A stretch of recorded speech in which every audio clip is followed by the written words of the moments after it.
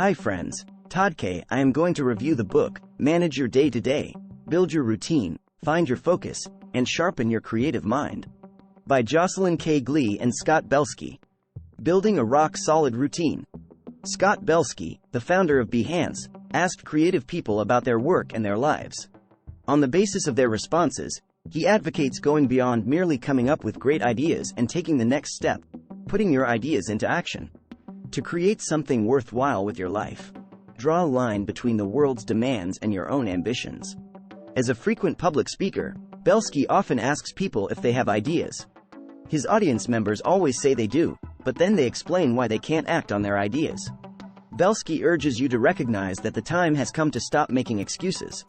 Accept what you can do, and do it. Live with the reality that few organizations achieve perfection. Take the initiative to promote your ideas with the understanding that how you act defines your ability to do things well. How you seize the opportunity to improve your work habits will determine whether you can make things happen.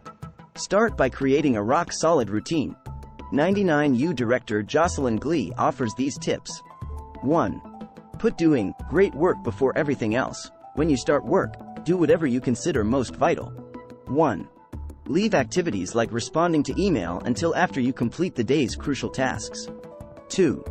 Jumpstart your creativity. Set up cues like playing the same music consistently or structuring your work area in a productive way to help you prepare for work. 3. Feel the frequency. Commit to working on long-range assignments regularly to build your forward momentum. 4. Pulse and pause. Alternate systematically between expending energy and recharging. 4. Focus on your work during 90-minute sessions, and then take a break. 5. Get lonely. To enhance your serenity, focus and energy, establish a practice of seeking some time in solitude every day. 6. Don't wait for moods. Work no matter how you feel. 6. Being productive will put you in the mood to be productive. Honing your creative practice. Seth Godin, best-selling author of Tribes, We Need You to Lead Us in the Dip, a little book that teaches you when to quit, and when to stick, and many other titles, believes creative people must embrace their own idiosyncrasies to figure out the work habits that fit them best. He embraces the idea of a practice built on repeatable, productive, disciplined work habits. When we focus on fulfilling our core needs and helping others do the same, we feel more satisfied and, consequently, are more effective. Godin urges creative workers to be especially ambitious and dedicated even when they don't feel like working. What distinguishes between your work and your hobby, Godin says, is that your emotions don't dictate when you work and when you don't. Fear is often the main reason people may find themselves able to take on short-term projects, but unable to build a successful creative career over the long term. A person who makes a wonderful short film but proves unable to raise the funds to make a full-length feature, for example, may suffer from self-sabotage. Block off a substantial chunk of time, most days of the week, for applying sustained focus to your most important creative tasks. Perhaps you feel like a fraud when you present yourself to the world as a person capable of doing a superb job on a difficult project. This is scary because people may criticize you. You're making yourself visible to people who know and understand the world in which you want to succeed. You might fear that they'll see through you. We are losing the distinction between urgent and important. It's easier to do the trivial things that are urgent than it is to do the important things. Learn to tune out such messages. They're just noise in your head, urging you to believe you can't succeed.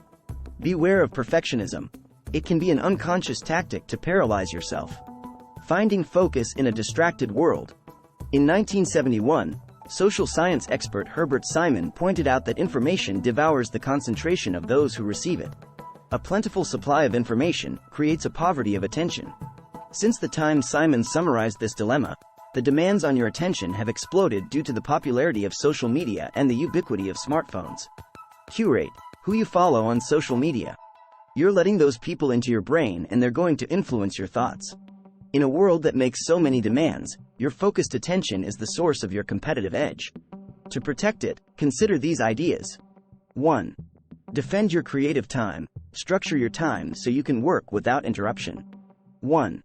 Your unbroken, focused blocks of time are as important as any business commitment. 2. Focus when you're fresh. Work on important tasks that require concentration at the beginning of your workday. 2. Your ability to concentrate declines later in the day. 2. Save that time for emails and for mundane tasks and chores. 3. Kill the background noise. Turn off your phone and online social media. 3. Log off from any other distractions when you work. 4. Give your brain a break. During your uninterrupted work time, switch between difficult and easy tasks to give your brain an opportunity to recuperate. 5. Tap into transitional movements to open yourself to new opportunities to work and think. Don't check your smartphone when you unexpectedly have a break. Taming your tools. Kevin Kelly, who co-founded Wired magazine, notes that new technologies can have downsides. The more apparent a new technology's benefits are, the greater the potential it offers for misuse. Most working people maintain an ambiguous relationship with technology. The demands technology makes might overwhelm you. You may suffer a constant temptation to post everything you think your friends would like. This is a common and toxic disruption of focus and work momentum. Being friendly while standing in line for coffee at a conference might lead to a conversation, a business card exchange, and the first investment in your company a few months later. To manage your relationship with technology. 1. Keep the long view in view. Post your most difficult, long-term goals on your computer to keep them uppermost in your mind as you decide what you need to do next. 2. Be conscious of your bandwidth. Ignore certain topics in your email and on social media. 2. You will always find more things to pay attention to than you can heed or respond to productively. 3. Check yourself or wreck yourself. Differentiate between what you do consciously and what you do as a result of an addiction. 3. Does the brief, positive hit of dopamine you receive from a like rule your day and distract you from important tasks? If so, that behavior, however benign it might appear, is addictive. 4. Hit the rest button. Periodically disconnect from all media, online, on air, on your phone, to give your mind a rest and create a chance for a fresh take. 5. Don't hold your breath. Cultivate an appreciation of your body. 5. Pay attention to your breath to make yourself calmer and allow yourself to think more clearly. 5. To help you learn to breathe, perform yoga, meditate, or try contemplative stretching. 6. In imagination we trust, your emotions are more perceptive than you may believe. 6. Pay more attention to your intuition and gut feelings than to technology. Sharpening your creative mind. Executing important tasks can require a lot of hard work every day. Remember that you can't resolve every issue by sheer willpower. Provide yourself with ample time for recreation, rest, and non-goal related activities. The most successful creative minds consistently lay the groundwork for ideas to germinate and evolve. Though this seems counterintuitive, time away from work fuels your energy and focus. Getting away from your tasks and from applying willpower can provide the inspiration to develop your thoughts and to start new initiatives. Get out of your rut of habits. Explore unrelated activities, stop criticizing yourself, and restrain yourself from seeking perfection. Most people use their creativity only to earn their living. Everybody who does creative work has figured out how to deal with their own demons to get their work done. However, work tasks should constitute just a small portion of your true capabilities. To achieve outstanding results, strive to serve your most important audience, yourself. To that end, consider these strategies. 1. Practice unnecessary creation. Whether your own creative projects bring you income or not, work on them to use your talents and explore new interests. 2. Wander lonely as a cloud. Give yourself time to daydream when you face an obstacle you can't resolve. 2. Backing off from difficult subjects allows you to tap into your subconscious to find solutions you didn't know existed. 3. Define finished from the start. Decide when you begin a project what your finished result will look like. 3. That will prevent you from making impossible demands on yourself that can block you from ever finishing. 4. Search for the source. When you feel insufficient inspiration, don't criticize your lack of capability. 4. You could be facing other problems that cloud your perception. 4. Try to identify the issues that could be worrying and distracting you. 4. Take what steps you can to resolve them and be determined that they won't thwart you. 5. Love your limitations, accept your constraints as an advantage rather than an obstacle. 5. Your ability to identify and overcome limitations can unleash your creativity, energy, and inspiration. Setting out on the journey. When you're young, you may have only a few skills to draw on when you begin an endeavor. You might get scared, and that anxiety might make you stumble. Screen apnea is the temporary cessation of breath or shallow breathing while sitting in front of a screen. whether a computer, a mobile device, or a television. As you grow into being a professional who works through various moods and ignores anxiety, you'll become stronger and more productive. Yet no one gains expertise overnight. Develop a working rhythm. In the beginning, that could mean sitting and working for an unbroken hour. A lot of people can't manage even that. You may find that an hour of pure focus makes you restless and distracted. If so, work up to an hour in smaller increments. With one eye on our gadgets, we're unable to give our full attention to who and what is in front of us. We miss out on the details of our lives, ironically, while responding to our fear of missing out. Make sure that you focus only on work for whatever time increments function best for you. After you are able to work with focus for 1-hour periods during a day, try to maintain that steady rhythm of focus and productivity for several days. If doubt clouds your focus and you wonder if you could ever complete a project that could interest another person, like a piece of writing or art, stop for a moment of learning and consideration. The process of mastering your craft also helps you learn how to control your feelings rather than being controlled by them, helps you prevent yourself from stumbling, and helps you focus on the virtues of persistence. An optimist can keep 50, 100, or even 1,000 emails hovering in their inbox in the hopes that, someday soon, they'll get a chance to give each opportunity the precious time that it deserves. When you complete a project, you might feel inner reluctance about taking up the next challenge. That's natural, and you might need a brief rest. However, if you indulge it, this resistance can prevent you from achieving your potential and acting in a masterful manner.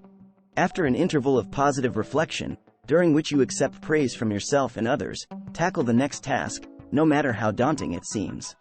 We are constantly forced to juggle tasks and battle unwanted distractions. As you become a professional, continue to persevere at your vocation no matter how you feel on any given day or what happens around you. Professionals grow only more youthful and more innocent as they become more skilled. You might find that transformation puzzling, but without a sense of wonder about your work, continually pressing ahead becomes more difficult. We must learn to be creative amidst chaos. If you manage your work systematically, your emotions surrounding your own excellence will grow less complicated over time. Paradoxically, you will become more professional when you give up control and let your craft command you. This is not an easy path, but it is the most certain path to success and self-actualization. Takeaways. 1. Stop making excuses. 1. Accept your strengths and the reality of your organizational limitations. 2. At the start of each day, do vital tasks first. 2. Establish a solid routine. 3. Structure your time so you can work without interruption. 4. Pay more attention to your intuition and gut feelings than to technology. 5. Periodically turn off all media connections to give your mind a rest and open the door for a fresh take. 6. Decide which issues to ignore in your email and social media. 6. You'll always find more topics demanding your attention than you can tend to effectively. 7. Differentiate between what you do consciously and what you do as a result of an addiction. 8. Accept your constraints as advantages, not obstacles. 8. Your ability to overcome limitations can spark your creativity. 9. Seek solitude to enhance your serenity. 10. Don't rest on your laurels. 10. Continually strive to take on the next task. 10. If you enjoyed watching our content and want to stay updated with our latest videos, we'd greatly appreciate it if you could subscribe to our YouTube channel. 10. Your support truly means the world to us. Thank you so much for tuning in and watching.